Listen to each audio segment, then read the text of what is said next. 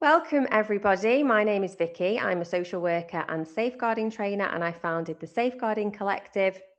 This is one of our weekly webinars, and the theme of today's webinar is making meetings effective as a designated safeguarding lead.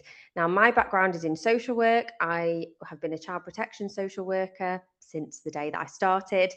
I was shocked, I think, when I started in social work by the amount of meetings that I would need to attend, and whether I was attending them to contribute or whether I was chairing them. Most of the time, I felt completely unprepared. And as I continued through social work, so did the meetings. And eventually, my final role within a local authority, or my most recent role within a local authority, was as a child protection conference chair. So meetings were my job, and I'd had enough experience that I'd developed my own approach to chairing meetings. But it really became so apparent to me that that is not standard for everybody.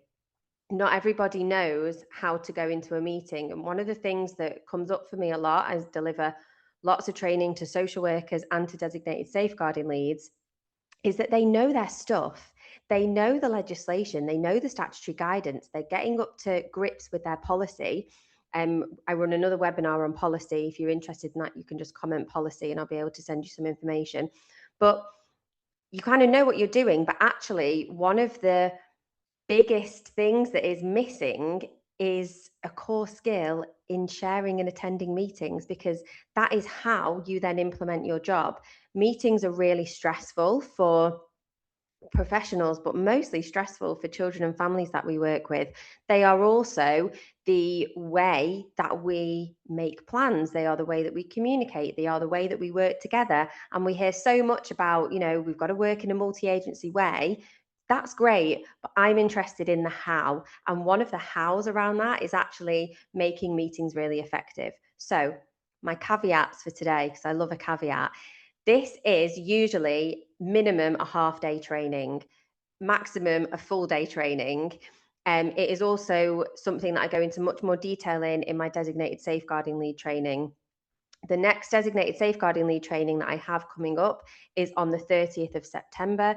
It is online. If you would like the details for that, I will leave my email at the bottom of this webinar, or you can just comment DSL and I'll be able to send you all the information. It is a one-day refresher. So this is for people who have been in the DSL role for over a year. You've already done your 2-day foundational training, but you really want to make sure that you are upskilling yourself. You want to make sure that you are up to date with the latest changes in legislation and statutory guidance. But again, not just being up to date with those changes, because quite frankly, anybody, and it seems lots of people, can just run that information through AI and take out the highlights.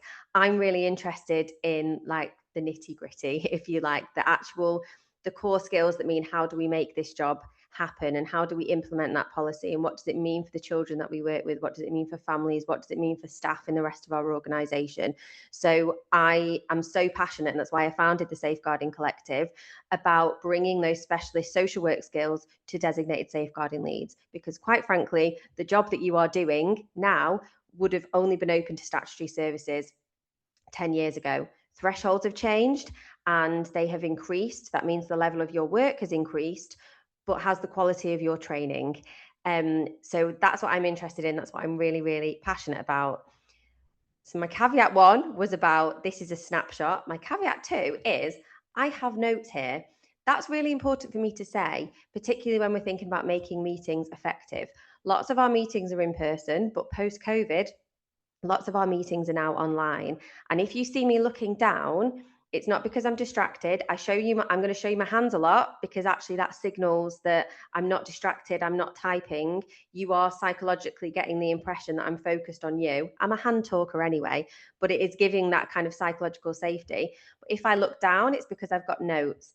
And because you don't know that, I'm going to explain it to you. And even if we were in a room together, I would probably say, I've got some notes here because I'm prepared for the meeting. And it is not unprofessional. In fact, it's professional to bring notes and read things out.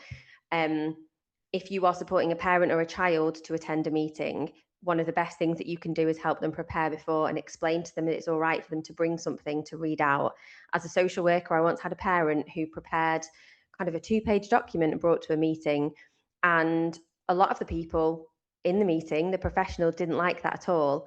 Actually, I thought, good on you, because you've prepared for this and you know that you're not going to be able to say everything you want to say without having a reference sheet. And this is information that's important to you, and you've written it down. So my notes are here. And my third caveat is it is the summer holidays. Although I home educate my children, which is a very interesting perspective for me, especially as someone who delivers lots of safeguarding training. Their forest school that they go to runs on term time. And so I'm not going to apologize, because sometimes I feel like people go, I'm so sorry if my kids come in. I'm not going to apologize. I'm just going to make you aware that they might come in. They have been told, and it's only half an hour. But lots of other working parents, aren't they? And I refuse to behave as if I'm not a working parent who also has minimal childcare. And I don't expect anybody, when I go to a training and they say, I'm really sorry, I've got to take this phone call, it's the kids' school or whatever, cool with me. Like, let's just normalize it and not apologize for the way that our lives are running or our caring responsibilities. So I'm going to talk through 3 steps to making meetings effective. There are way more than 3 steps, but we'll just go with 3 for now. The first thing, and one of the things that's really important, and I suppose absolute core to my approach to social work and safeguarding, is finding calm, finding a moment of calm, finding a moment of regulation. Social contagion theory tells us that lots of things, lots of emotions, lots of approaches are socially contagious.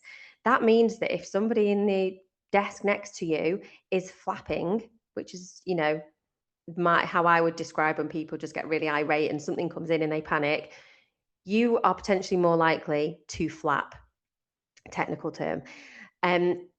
If you are around somebody who is, either presents as very calm or doesn't even need to be still in that calmness, but somebody who is just regulated, they're moving around at a steady pace, they're not rushing through anything, you are more likely to feel that emotion, which is amazing, because it means when we attend meetings, we have agency, we have some autonomy, we are able to influence the atmosphere in the room. And meetings are often really, really tense, aren't they? Particularly when they're not running effectively. So what I would like you to do, and I do this at the start of all my training, because well-being is not an add-on that we do at the end when we've bombarded people with information. What I do in every single training I'm going to do now is encourage you to close down your eyes. No one can see you. You don't need to feel uncomfortable. And I just want you to notice your breath. You don't have to change it. You don't have to slow it down. Just notice it. Notice any thoughts that are coming up for you. It might be what you've already done today. It might be your to-do list. You might be thinking or kind of ruminating on the different meetings that you've been to that have gone well or not gone well. Just notice those thoughts, but give yourself permission to let them go just for the next couple of minutes. And if it feels okay for you, with your next exhale, I just want you to focus on relaxing your shoulders.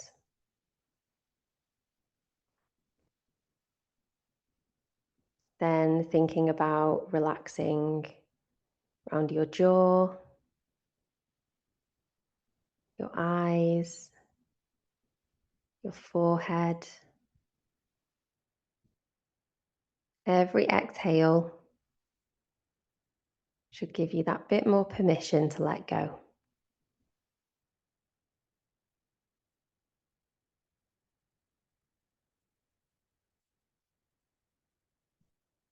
Now, very gently, roll your shoulders up, back and down if that feels okay. You can take a little stretch.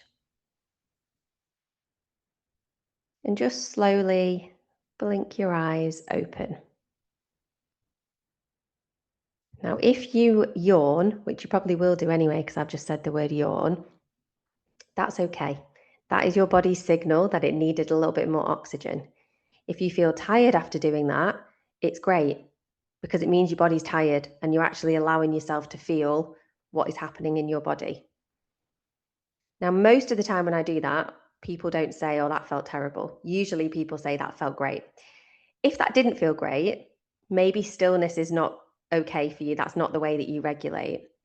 Lots of people regulate through repetitive movement, perhaps, whether that is just walking or whether you just need to physically stand up and stretch. One of the best things that you can do when you work in safeguarding is find what works for you when it comes to calm. Find what gives you that moment of peace. That was about 2 minutes, I think. But 2 minutes spent finding your particular, preferred method of regulation will save you way more than 2 minutes when you're about to go into a meeting. 2 minutes of that versus 2 minutes of flapping, I know what I would prefer. And that is one of our core skills as safeguarding professionals, because there is no point just knowing the legislation but not being calm enough to actually explain it. If you're in a position where you want to really advocate for a child or a family or really get your point across, that is much harder to do when your heart rate is up here, when your palms are sweaty, when you're physically getting hotter because you are feeling that level of anxiety. So when we are regulated, which again doesn't have to mean quiet or still or calm, but when we are regulated, we are in a much better position to do our job. When we're thinking about making meetings effective, we are able to go into that meeting, potentially influence other people in the room who haven't taken those 2 minutes. That is a really, really powerful thing. And sometimes the kindest thing we can give to somebody is us being a calm person. We can get that co-regulation going, which we all need as human beings. So step one always is going to be bringing that calm. Now, I'm going to talk to you mainly as a person who would be attending a meeting rather than a person chairing a meeting, because more often than not, designated safeguarding leads might be attending social care meetings. However, with lots of the changes, you may also be chairing. Either way, you're going to need that level of calm. If you really feel comfortable, you can encourage everybody to do that. You can encourage people to take breaks during a meeting. Like, that is not a controversial thing to do, to say, should we have 5 minutes? Because 5 minutes for people to go out and physically get fresh air or to just take a minute away can be really, really useful, and it can make a meeting way more effective. We can't actually concentrate for that long anyway, so it's really good for everybody. The second thing that is going to make a meeting more effective, thinking about the fact that we're working with children in safeguarding, is actually to put the child at the centre of the meeting. Because we say, yeah, we want children to be at the centre, but do we do that practically? Now, that doesn't mean if a child's at the meeting, we sit them in the middle of the room.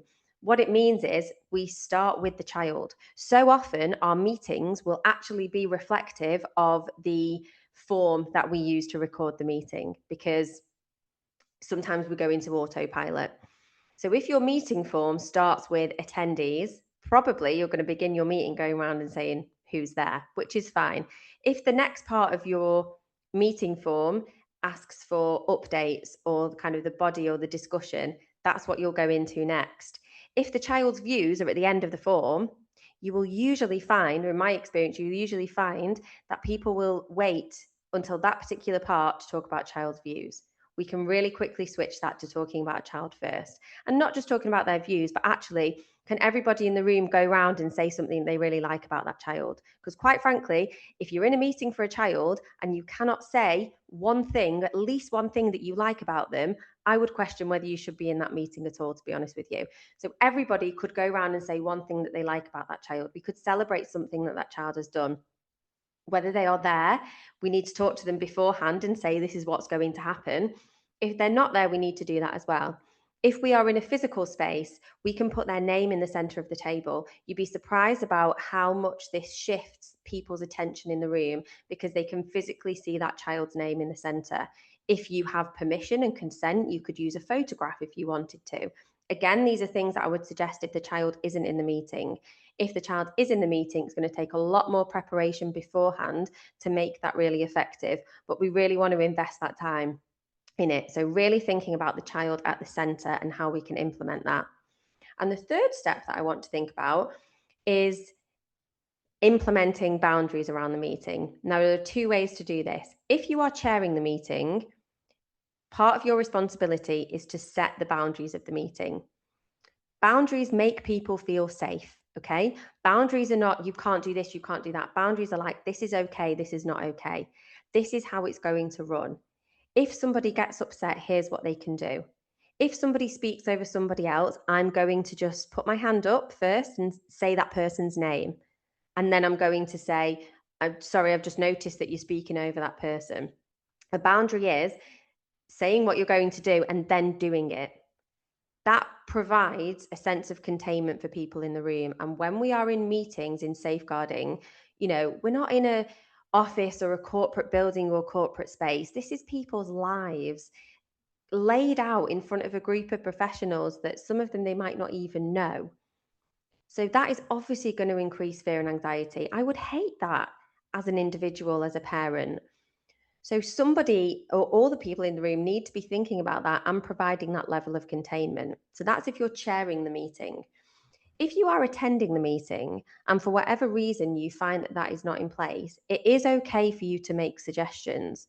So if the chair of the meeting, for whatever reason, does not set a boundary about what happens if someone speaks over somebody else, or pronouncing people's names correctly, or what do we do if things get upsetting, it's all right for you to do that.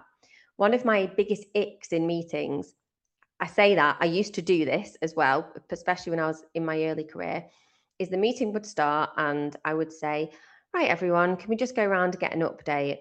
Now, I think that is one of the worst things that we can do in terms of starting a meeting, because what happens is people just end up going around the room and sharing information that probably could have been in an email, and it just becomes an information sharing experience that actually doesn't center a child and a family. And somebody's saying something, we're recording it, or even maybe we're recording the audio and then Magic Notes is interpreting it. It's not useful and it's not effective and it's not connected to that child in any way. Now, if you are chairing a meeting, you can avoid that because you can sort of dictate a little bit the agenda of, I think it would be really helpful for us to talk about this first, or does anyone have anything that they think is really important that we should talk about first? If you are attending the meeting and somebody says, right, can we go around and give updates? It is okay for you to say, well, before I do, these are the things that I think are really important, or this is what I'd like to start with, or I'd like to just start by celebrating this young person and what they've achieved this week. Or would it be okay if instead of updates, we went to this part of the plan? Because I think that's been really tricky for everybody since the last meeting. It would be really helpful for us to talk about it at the start of the meeting.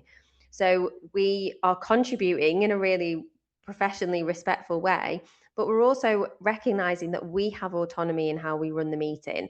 There's nothing worse than being sat in a meeting and thinking this is pointless, this isn't really helpful. And it's unlikely that a parent or child that you're working with is going to be the one to advocate, because they're already sitting in a level of fear and anxiety about the meeting itself. So just remembering that you can bring your sense of containment and boundaries into that meeting as well, which can help and support it to be effective. So that is my 3 steps. Like I said, there are so many more when we think about running meetings. What I want people to remember is that it's never just a meeting, it's never just a phone call, it's never just a home visit. These are complex activities that require a number of different skills when we're thinking about our communication, our processing, the way that we explain things to people, where we position our body, how we interpret information in the moment. They are highly complex tasks. So it bothers me, and that's the reason I do this, that we never get into enough of the detail around them to support people like you to go out there and do your job. So I hope that that has been helpful for you in terms of having some actionable, practical things that you can bring in to the next meeting that you deliver. If you are interested in the designated safeguarding lead training, which is on the 30th of September, make sure that you either email me, I'll put my email below, or comment DSL and I'll be able to send you the link.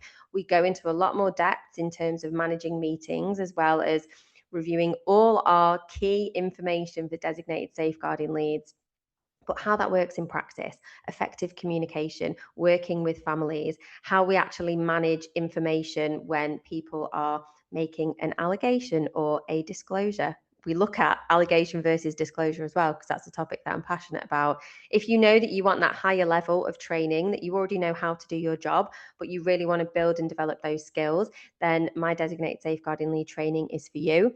If you are watching this and you are interested in actually either a half day or a full day of training in making meetings effective, which is going to change every single part of your practice, whatever area of safeguarding that you work in and whatever area of social work that you work in, you can email me for all the details as well.